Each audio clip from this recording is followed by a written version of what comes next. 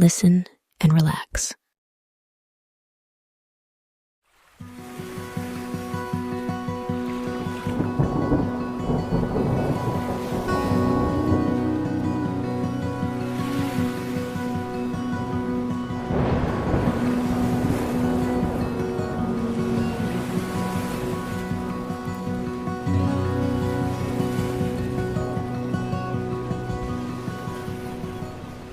In the small coastal village where Santiago lived, the days stretched long, weighed down by the burden of his unyielding streak of bad luck. The sea, once his ally and provider, had turned its back on him, withholding its bounty and leaving him humbled by its unpredictable nature. The wrinkles on his weathered face and the calluses on his hands were testament to a lifetime spent battling the waves and the whims of the ocean. Manolin, his young apprentice, watched his mentor's plight with a mix of concern and admiration. He had spent many years learning from Santiago, not just the art of fishing, but the values of perseverance, humility, and respect for the sea. Even as others whispered of curses and ill omens, Manolin remained steadfast in his devotion to Santiago, finding in him a source of inspiration and wisdom. As the days without a catch turned into weeks and then months, Santiago's resolve only grew stronger. He knew that if he could just find the right opportunity, a chance to prove his mettle, his fortune might turn. And so, with a heart full of determination, he decided to venture beyond the familiar boundaries of his fishing grounds, setting his sights on the deep, uncharted waters where elusive prizes might await. On that 85th day, the universe seemed to heed Santiago's call.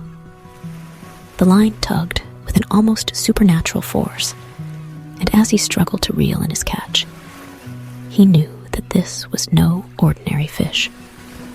The marlin, a creature of immense power and grace, emerged from the depths, and Santiago's skiff danced on the surface as the battle of strength and will commenced.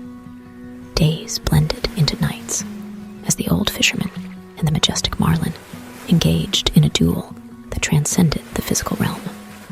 Santiago's hands, weathered and scarred, bled as he clung to the line, his muscles aching and his spirit unyielding.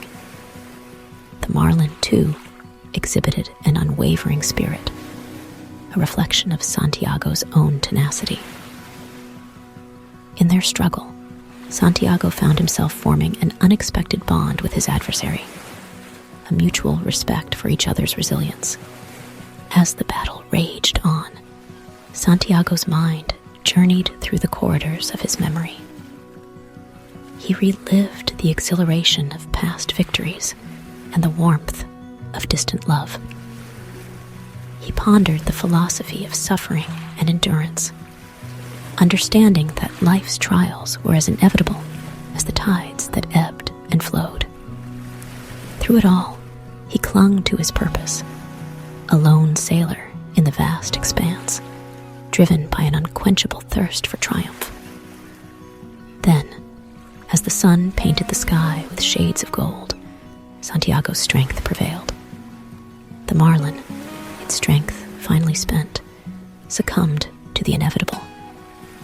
Santiago's heart swelled with a mix of reverence and sorrow as he gazed upon the magnificent creature that had tested him to the limits of his being.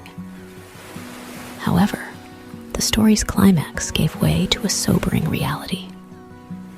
Santiago's triumph was short-lived, for the scent of blood summoned a ruthless procession of sharks.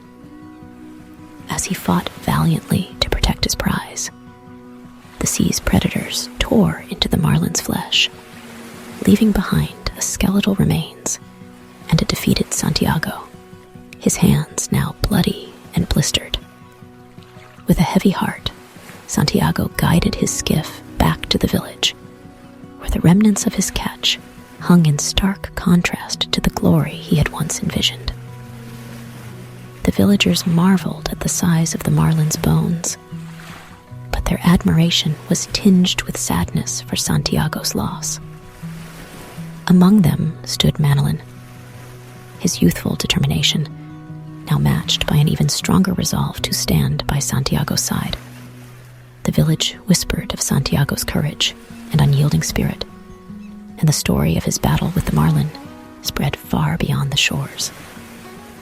The novella's enduring impact lies in its exploration of the human spirit's ability to face adversity with unwavering determination, to form connections even in the midst of struggle, and to find meaning in the cyclical nature of life and death.